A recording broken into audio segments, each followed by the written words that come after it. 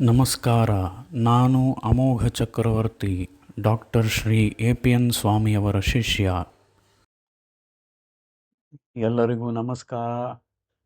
ಧನುರ್ಮಾಸ ಇನ್ನೇನು ಮುಗಿತಾ ಇರುವಂತಹ ಸಮಯ. ಇನ್ನೊಂದು 2 ದಿನಗಳು, ಅದರಲ್ಲೂ ಒಂದೊಂದು ದಿನ ಒಂದೊಂದು ಶಾತುಮೊರೆಯ ಪಾಶುರಗಳು, ಅಥವಾ ಈ ಸಾರಿ ಇದು ಒಂದೇ ದಿನದಲ್ಲೂ ಕೂಡ ಮುಗಿಬಹುದು.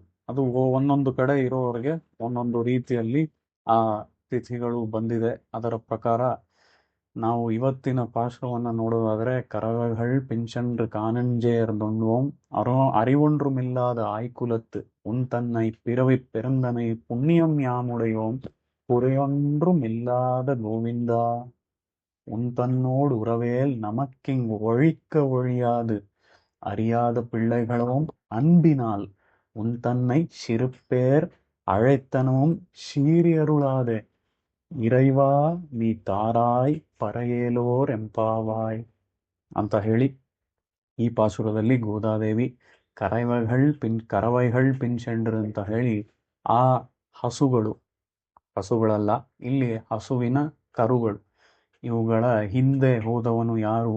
ನಮ್ಮ ಶ್ರೀಕೃಷ್ಣ. ಆ ರೀತಿಯಲ್ಲಿ ಗೋಪಾಲಕನಾಗಿ ಬಾಳದಂಥವನು ನಮ್ಮ ಶ್ರೀಕೃಷ್ಣ.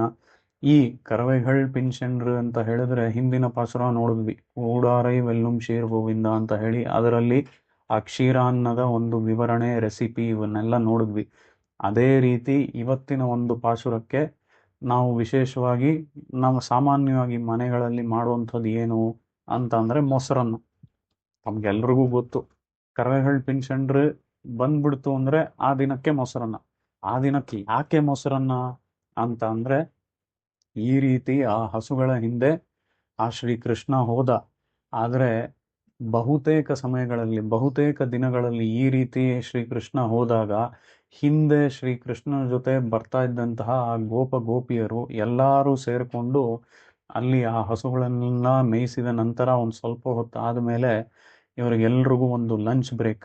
ಆ ಲಂಚ್ ಬ್ರೇಕಲ್ಲಿ ಎಲ್ಲರೂ ತಂದಿರುವಂತಹ ಡಬ್ಬಿಗಳಿಂದ ಶ್ರೀಕೃಷ್ಣನಿಗೆ ಒಂದೊಂದು ತುತ್ತನ್ನು ಕೊಡ್ತಾ ಇದ್ರು. ಮೊದಲು ಆ ಶ್ರೀಕೃಷ್ಣನ ತುತ್ತು, ಯಾವ ತುತ್ತನ್ನು ಕೊಡ್ತಾ ಇದ್ರು, ಯಾವುದರ ತುತ್ತು ಅಂತ ನೋಡಿದ್ರೆ, ಬಹುತೇಕ ಬಾರಿ ಇಲ್ಲಿ ನಾವು ನೋಡೋ ರೀತಿಯಲ್ಲಿ, ಅಂದ್ರೆ ಭಾಗವತದಲ್ಲಿ ಹೇಳುವ ರೀತಿಯಲ್ಲಿ, ಮೊಸರುಳ ಕಬಳಂ ಅಂದ್ರೆ ಆ ಮೊಸರನ್ನೇ ತಿಂದಿದ್ದು ಶ್ರೀಕೃಷ್ಣ ಅಂತ ಹೇಳಿ ತೋರಿಸ್ತಾರೆ. ಆದ್ದರಿಂದಲೇ ಕರವೈಗಳ್ ಪಿನ್ಸೆಂಡ್ರು ಅಂದ್ರೆ ಆ ಹಸುಗಳ ಹಿಂದೆ ಹೋದಂತಹ ಶ್ರೀಕೃಷ್ಣ ಅಂತ ವರ್ಣಿಸುವಂತಹ ಗೋದಾದೇವಿ ಇಲ್ಲಿ ಈ ದಿನದಲ್ಲಿ ನಾವು ಮಾಡುವಂಥದ್ದು ಮೊಸರನ್ನವೇ. ಆ ರೀತಿಯಲ್ಲಿ ಮೊಸರನ್ನದ ಪಾಶುರ ಇವತ್ತಿನ 28ನೇ ಪಾಶುರ. ಈ ಪಾಶುರದೊಂದಿಗೆ ಇದು ಕೇವಲ ಮೊಸರನ್ನ ಅಂತ ಅಲ್ಲಿಗೆ ಸೀಮಿತ ಮಾಡುವಂಥ ಒಂದು ಅವಶ್ಯಕತೆ ಇಲ್ಲ. ಯಾಕಂದ್ರೆ ಇದರಲ್ಲಿ ಹಲವಾರು ವಿಶೇಷ ಅರ್ಥಗಳು ಅಡಗಿವೆ.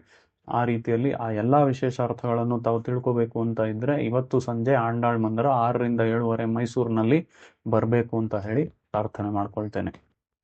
ನಮಸ್ಕಾರ.